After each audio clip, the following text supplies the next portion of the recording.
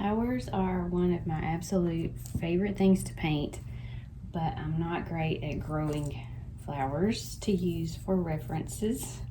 So I'm going to share with you today what I use to find inspiration for painting flowers.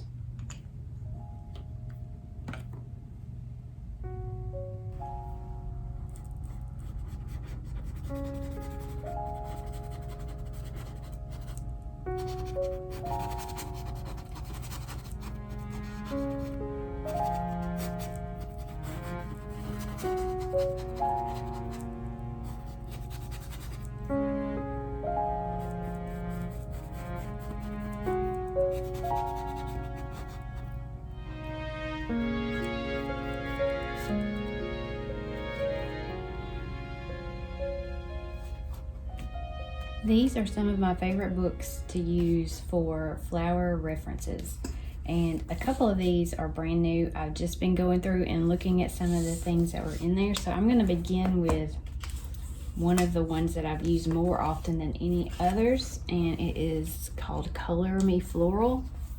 Now, I'm not saying, I want to make this clear, I'm not saying to go copy and create something that is identical to the flower arrangements, especially that are in some of these books. I just want to use these as a reference as far as inspiration goes. So when I'm painting a floral arrangement, I'm not going to copy exactly what these arrangements look like. I will just use some of the ideas that are here, maybe a color palette, or maybe I really like the way these tulips look here. So I may go in, just look through the book, maybe even sit down with a cup of tea or something and browse, and then I've marked pages that have certain flowers or certain colors, or maybe even a container that looks interesting to me, and then I'll use that as like a jumping off point for flowers later on. I've got this one marked because these lilies are going to be coming up next in my creative community tutorial, floral tutorial library. We're going to do some lilies. But see, I've marked several pages, and I really like this book because the color palette for each floral arrangement is all like one color family.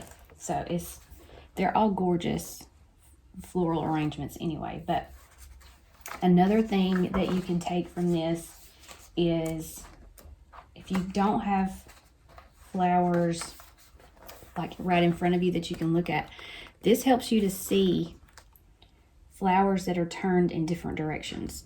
Like this one up here, you can see some of the stem underneath this flower. And when you're beginning and learning and you don't really know how to paint flowers in different positions, seeing what they look like, even if you can't do it in, you know, a real life situation, seeing a picture of a floral arrangement that has flowers turned in different positions will help you to practice that and get a more organic look in your paintings. Okay, so Color Me Floral, that is my favorite.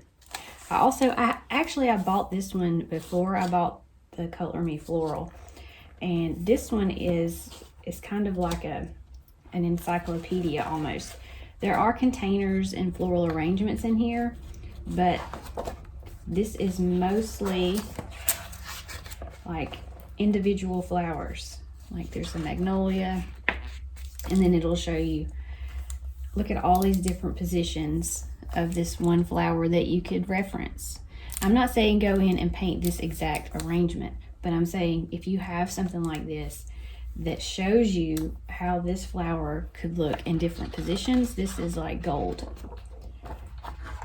And of course you can paint the whole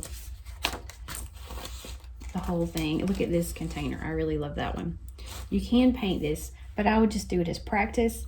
I would not do it and then, you know, claim that that's my own arrangement, because a floral arranger is an artist also. So they have the rights to their beautiful creations too. So here's another example of lots of different positions, lots of colors. This color palette, you could just take your paint and swatch those colors and create your own painting from that inspiration. Okay, so this is called the Flower Book, and I'm gonna have links to these down below. Okay, next, this one is a new one for me that I just got, and just the cover by itself, this flower right here is my favorite thing ever.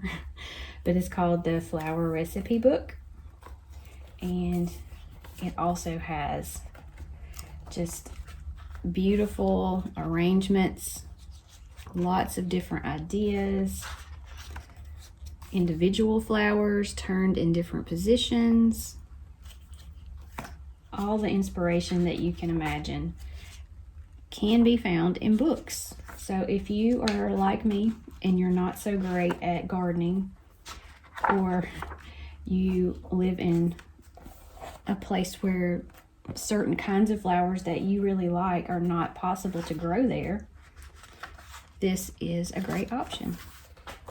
Okay, and then there's also this one, the color of roses.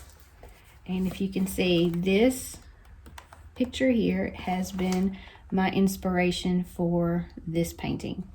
I'm still working on this one. It's a work in progress, but I've got this clipped because I like several of these where it shows a lot of the stem.